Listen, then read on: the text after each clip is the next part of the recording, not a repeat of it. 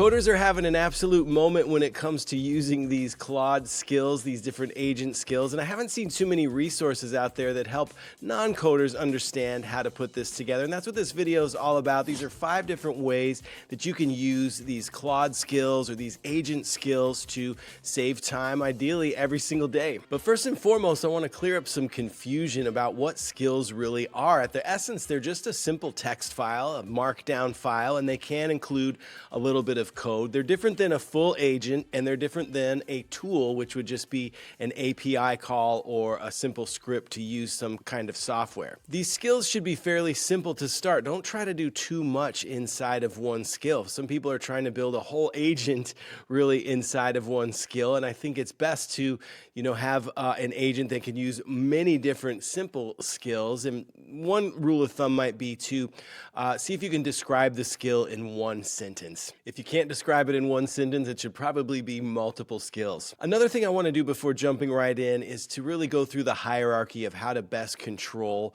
your AI. In this case, we're going to be focusing on Claude Cowork. This is the desktop app that I think is far and away the most powerful tool for non-coders, knowledge workers trying to get stuff done. And when you download that app, which is now available for Windows, you want to go to this middle tab, this Cowork tab. But one thing almost everybody misses is if you go into your settings, you can find this global instructions, which is super powerful. You don't want to put a ton in here because this will affect every single thing that you do inside of Cowork, but here are a handful of things that I've found helpful. That's the first place that AI looks when you load up a session. The second place that AI looks is in an agent MD file. So when you're using Cowork, you want to make sure you're working in a folder. Today's example is all about home improvement, so I've got a home improvement file here. We're going to look at actually building a deck with these various skills. I'm just saying, help me create a Claude MD file in this folder. This agent will be my assistant for all things related to home improvement.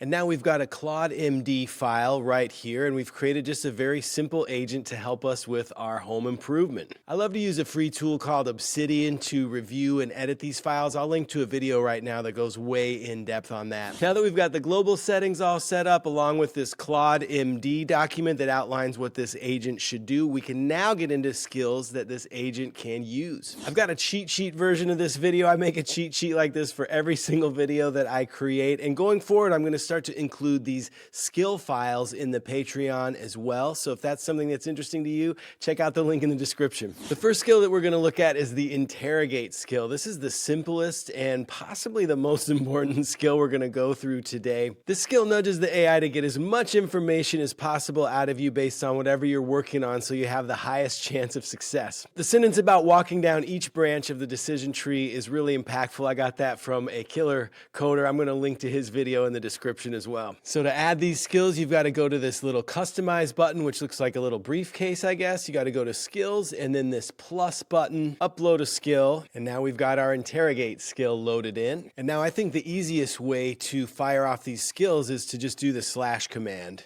We see interrogate there. I'm just saying, please ask me about a plan to build a deck this coming spring. Okay, so that interrogated the heck out of me about this deck project. That took about 20 minutes to fill all of that out. And it's important to remind yourself that that's really where the hard work is when it comes to using these AI tools, giving it the information that it needs so that going forward, it has everything that to be the best agent, the best helper that it can possibly be. And the next skill that I want to load up is this drafting the project brief. So rather than the AI just going off and kind of making a plan, I have a very specific way that I want that done, and I've loaded all of that into this markdown file that we're going to put into Claude. In their simplest form, these skills are really just prompts with one specific difference, is that they require this name and description. And in the description, there needs to be a sentence about when the skill will trigger. This is the second biggest confusion point I see people struggling with when it comes to these skills is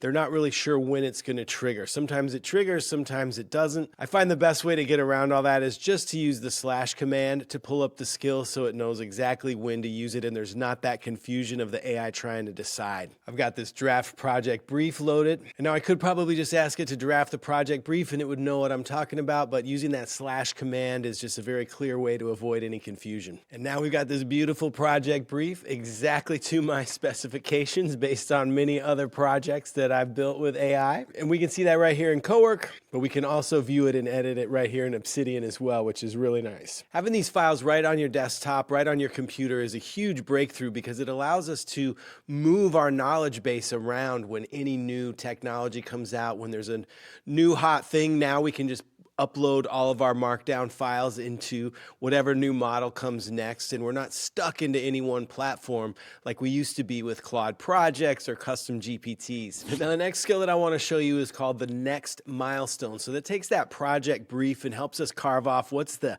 immediate next steps that we need to do. I think having a project brief and then these next milestones works a little bit better than having a full project plan, which we all know falls apart nearly immediately. So in that project brief, we've got kind of the end goal, and then now we've just got the next step. What are we going to churn through and work through next? But for this particular project, I want to make sure to check the weather when we're planning these next milestones. So I think this is a great place to add a little bit of code to our skills. And the way I did that is just by opening up another Cowork chat string, and I told it that's what I wanted to do. I had to work through a few different errors there, and I always nudge the AI to go ahead and search the internet when it bumps into things, and it can usually find elegant solutions that way. So this skill now lives in its own folder where it has a skill.md file that is the same as what we've looked at before, but now it has this script that goes out and looks for the weather. You need to compress that into a zip file to get it to upload effectively. And just like before, I'm using that slash command and asking it to create the next milestone for this weekend. One quick thing that you might want to do in the capabilities settings is to switch your domain allow list to all domains. Super cool. We've now got a little plan here with the weather baked in. And when you get a little fancier and start adding code to this, you can expect to run into a couple different glitches, but I find that if you keep the skills simple enough and just bake in some time for testing them, you can really get through that stuff. Another thing to think through is making sure that what you're building compounds. So you'll notice I didn't just create this skill for just this one deck project, although the AI was kind of pushing me in that direction. I want this skill to be useful for any outdoor project going forward, so I don't have to rebuild it each time. The next skill I want to show you is the update skill that I've created here, and this would work once I get through that first milestone and I'm in the chat, telling it what I've done, updating it on the trials and tribulations of building my first deck.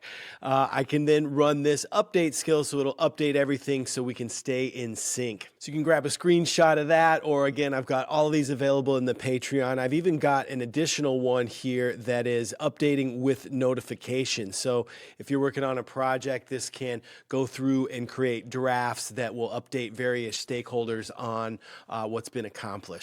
And the final skill I want to share with you today is one that I'm really proud of. This is the auto improvement skill. So it looks back on everything that we've done in a specific chat string or in a specific project and says, hey, here's some things we can do better. Here are some other skills maybe that we can build that will help with this type of project or this project in particular, speed things up and gain efficiency. So this is one way to sort of self-improve your processes going forward. So I've loaded that skill and I'm just asking it, how can we improve based on all of this? And here it's given us some great ideas for other skills like a materials estimator, project tracker, DIY build guide, some really cool stuff. I've gone ahead and built that project tracker skill. I think that could be very valuable. I've got that available in the Patreon as well as everything we've gone through, including 5 additional skills for handing off projects, for making sure we're not getting into some scope creep and moving the different goalposts. So there's a ton in this edition of